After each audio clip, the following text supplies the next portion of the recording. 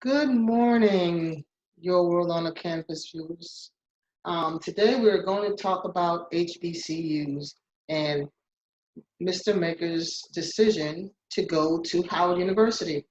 Now, what we're talking about is the NCAA corruption, how the NCAA corrupted and took advantage of people of color to come to their schools once they saw how we were very athletic and the natural athletic ability that we have.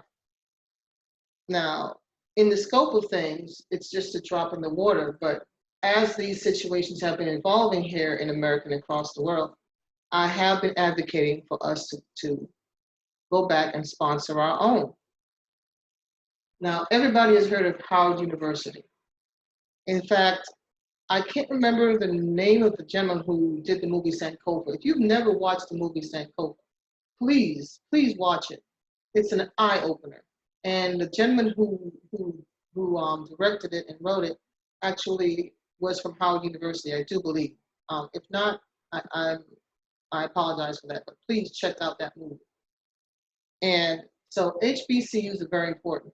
Remember, once Kentucky, I believe, wasn't it Kentucky that brought the first African American group of young men to play in the NCAAs, and they won. I think Pat Riley was a part of that, if I'm not mistaken. So Pat Riley. So with that being said, once they saw how the athletes moved differently and how they could excel, they started taking advantage of the poor. So they would come, and once they saw they couldn't convince you to come by just talking to you with your spiel, what they did was say, hey, listen, we know you're poor, your mom and dad saved all their money for you to go to school. But listen, we'll take care of your mom and dad. Just come play for us. The NCAA has always been based on that. Pay for play underneath. To give you, take care of your parents for a little while. If you blow up to be big, great. You go in and invest in yourself tenfold. But what about the majority of these young men and women who don't get that opportunity to move on to the professional level? Or some may be due to some type of injury, or just at that level they just couldn't maintain the mental discipline to continue. However, it still boils down to where the NCAA has been and still does take advantage of African American athletes. Look what's going on right now with Zion Williamson. His so-called, I think it was CAA was his former agency. Now he's with who? I think Rock Nation. I don't care who he's with right now. Actually, it's neither here nor there. It's none of my business. But however, his former agency claims that he received, tokens from Duke prior to him graduating, which does fall in line with everything. It does. All those big name, high-powered colonizer schools have been reaping the benefits of the sweat of your back for centuries. And when players like LeBron James and a few who decide, they're not gonna, subscribe themselves to that type of slavery, but move on to a bigger type of slavery, which is, the professional realm. But that's neither here nor there. They make their money. If they use it wisely and not listen to the pundits and grow their brand, then they're great. But it still comes down to this. This young man, he had the audacity to say no. But he was only the 16th ranked player. In the scope of things, he's in the top 20. But let me see a top 5 player go to a Howard University or a Tuskegee. Let me see them go there. Well, he wouldn't go to Tuskegee because Tuskegee, I love Tuskegee. I've been there before. I used to hang out in Tuskegee. My school was not far from Tuskegee. But in terms of build it and they will come, not a Tuskegee. I don't think the sports there is that great. However, Howard University is in Washington, D.C. See, he made a wise choice. He will still be in the center of the formal, which is the NCAA.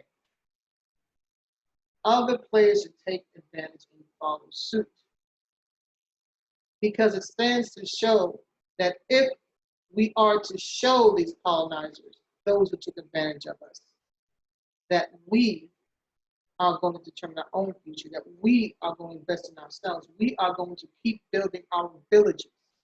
That is the problem. We need to build our villages.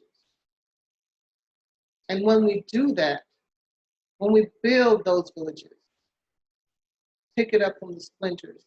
Now, Howard University has it's been, like I said, is the flagship of HBCUs. Come on, guys. Come on. Go to school, Mr. Makur. Go to an HBCU. I advocate that. All you young people who want to be engineers, not just sports, go to an HBCU. It's a different experience. Why? It shows you what's possible. You are around people who, even though they look like you, they have their different viewpoints. And you can see that it's not an anomaly. Yes, you will have conservative Black Republicans in HBCUs. You will see us in all levels of society, in everything that society says it is, that it's constantly trying to deny us out in public. You will see the blending of talents within the HBCUs. You will see the brotherhood, the sisterhood that is there, that is growing, but needs you to come back and continue to grow that village. Those of you who are somewhat in the spotlight, come back, shine that light, shine your light, grow it. Because if you take your light and beam it back onto those who have oppressed you, then you will not grow. So Makur Maker did what he spoke. He sought out what he will see. And he said what he had said. And he came through. This is a young man of conviction. Now let me see the others. Let me see you. Let me see the rest of talented young men. Because when you go to the likes of UCLA, University of Kentucky, and Memphis, they do not steel you mentally for what is to come in your life. You were coddled because they want to just keep you in that bubble and not allow you to grow individually as well as within the sport.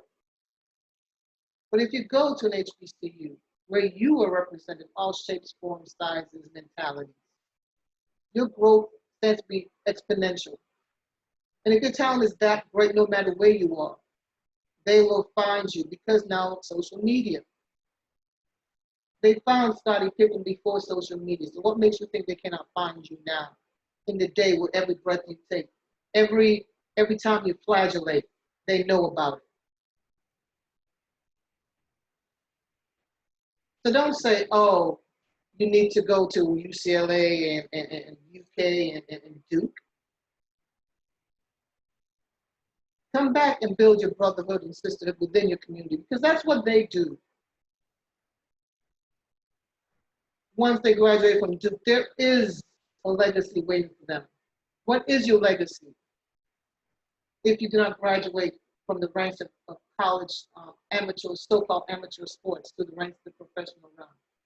What is your legacy? What is your path? Very few of you get chosen by these conglomerates to say, hey, we liked you, come on, I have a job waiting for you. Very few of them do. But if you go to an HBCU, they will commit them to you both mentally and physically, just as the Greeks intended to when they did the Olympics. It was just not about physical strength, it was about mental strength. They went through a series of tests. Think of Hercules. Hercules went through a series of tests. Every step along the way, the gods tested them. Excuse me, not just because with physical skill, but it's also the mental skill. Think of the labyrinth. Life is like that. Life is like a labyrinth. You turn around, oh, it's a dead end. Why? Because you're following someone else's path.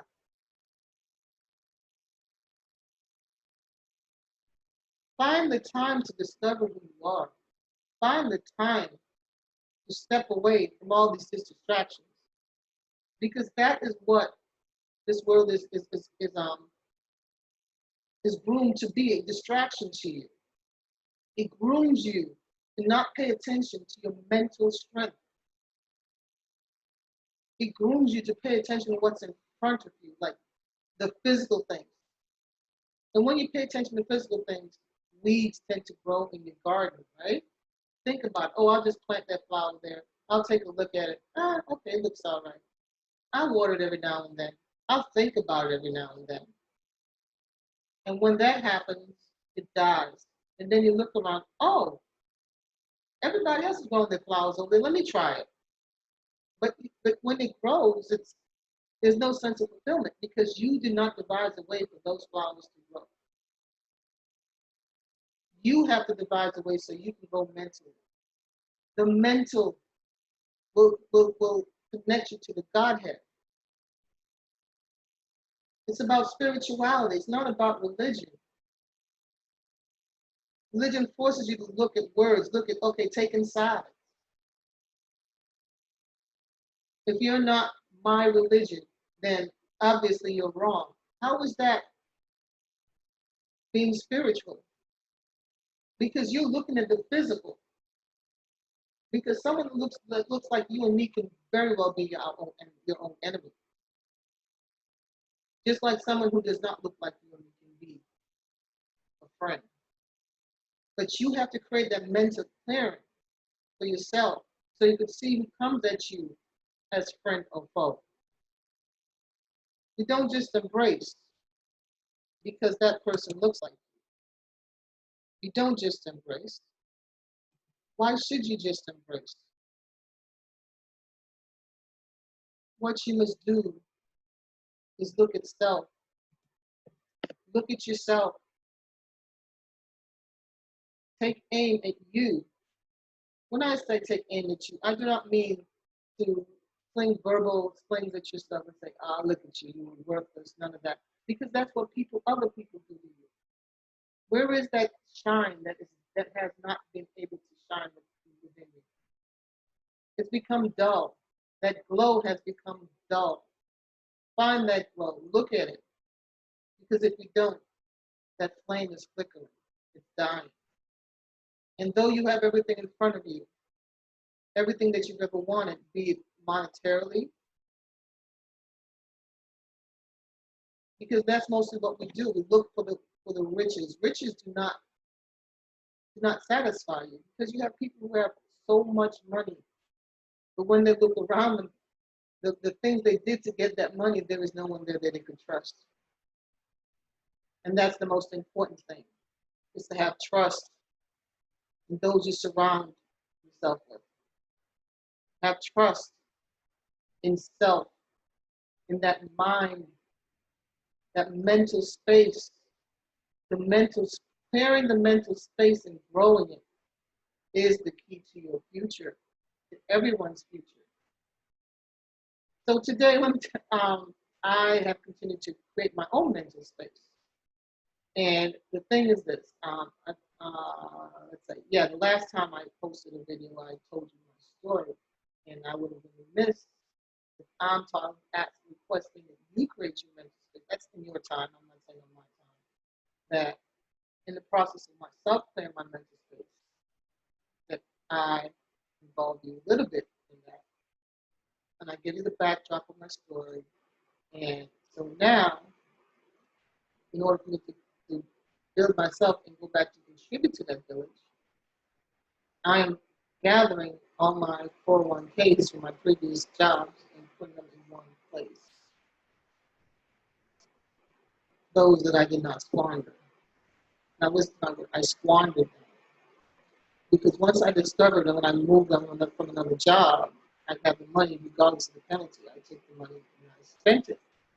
Those were in my days when I was chasing the money instead of letting the money run me. Okay? I was letting money run me. I was on that treadmill, and swear to God, I could go back and say woulda, coulda, shoulda. I would be here, there, but those were my lessons to learn, my cross to bear, so to speak, as we all said, we each all have our own cross to bear. So that was my own cross to bear, and I am looking at that. I'm removing the splinters, the wounds that I myself inflicted upon myself to right that wrong. So I'm paying attention to my finances every day. That is the first step in getting out of debt. Knowing where your money is going in and where it's coming out. And like I said, I stubbed my toe, I put myself in a hole, but I've adjusted, I've fixed that.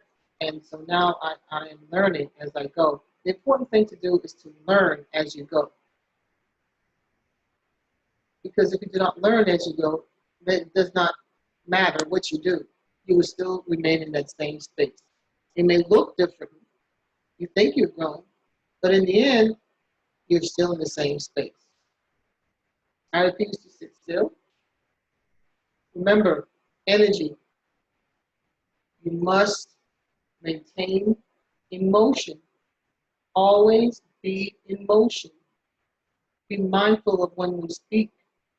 Be mindful of what we speak, because we'll see what we've said. In other words, what you put out there in the universe verbally, because that is energy also. That is some form of energy. Whatever you put out there verbally will come back to you. So be mindful. Be mindful of what you do.